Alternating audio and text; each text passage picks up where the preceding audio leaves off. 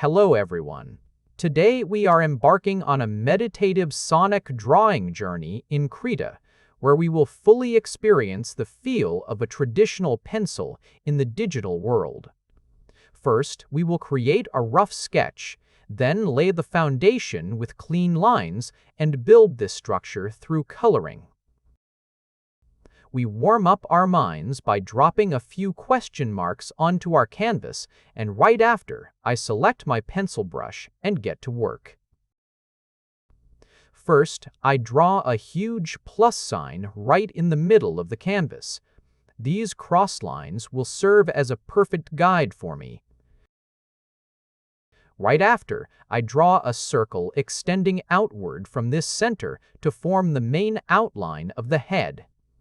This plus sign in the center is crucial for proportioning where the eyes will look, where the nose will sit, and how those iconic spikes will extend from the head.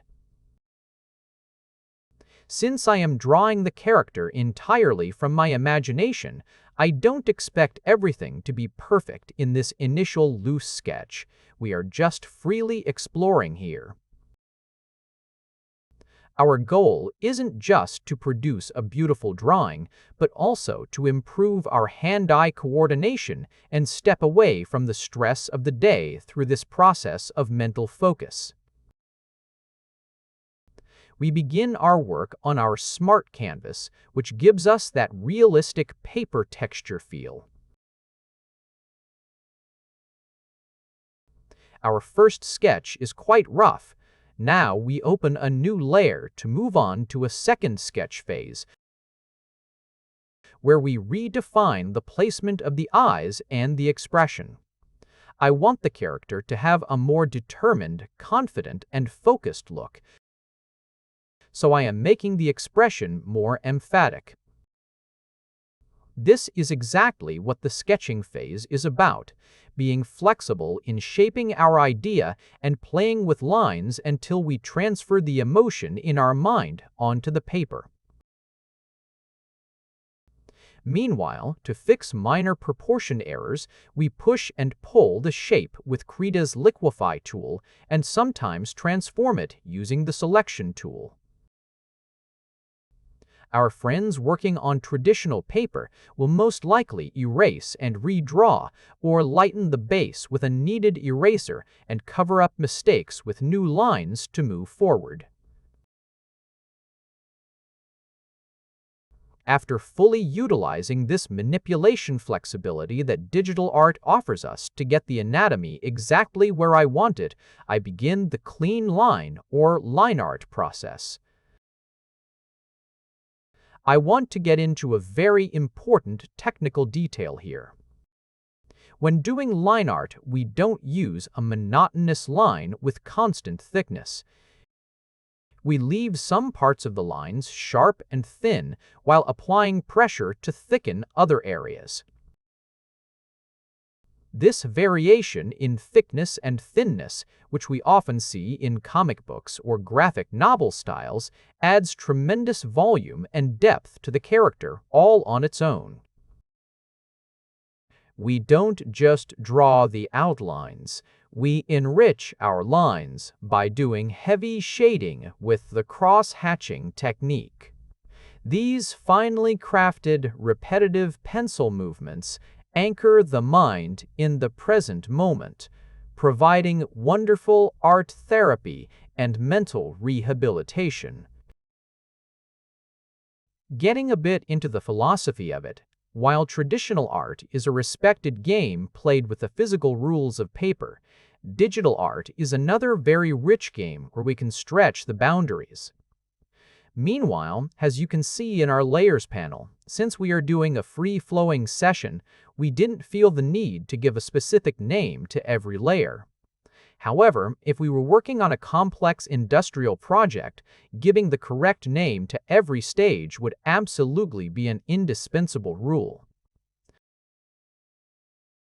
After our enriched line art phase is finished, we now move on to the painting process, to coloring our structure. We start painting with Sonic's familiar blue tone. First, we lay down our basic underpainting with a bright and light blue tone. During this, we use separate layers for different colors, because working each color on a separate layer will give us a huge advantage in consistency and focus for the specific manipulations we will do later. By applying brush strokes with darker tones of the same color over the light blue base, we completely finish the shadows and texture, meaning we fully complete the blue part.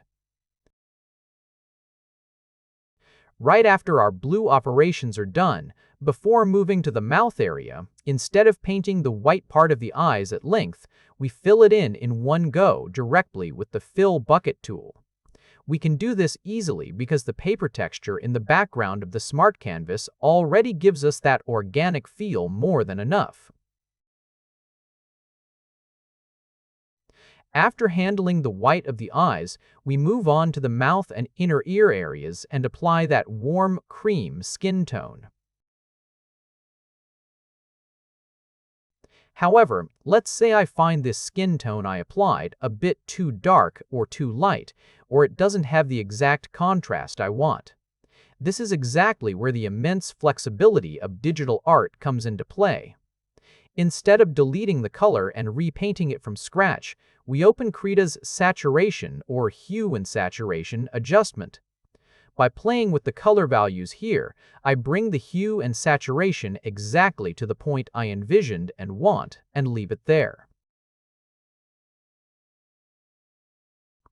This practicality offered by working layer by layer and using selection tools allows us to instantly correct mistakes and head towards our targeted result with much more focus. After completing these steps, it's time for the green iris of the eye. We don't just fill this area and leave it, we go over it with our brush to texture and detail the brighter parts. To make the colors pop more energetically, I make a small but very effective manipulation by increasing the vibrancy of the blue a bit more from the hue and saturation settings again.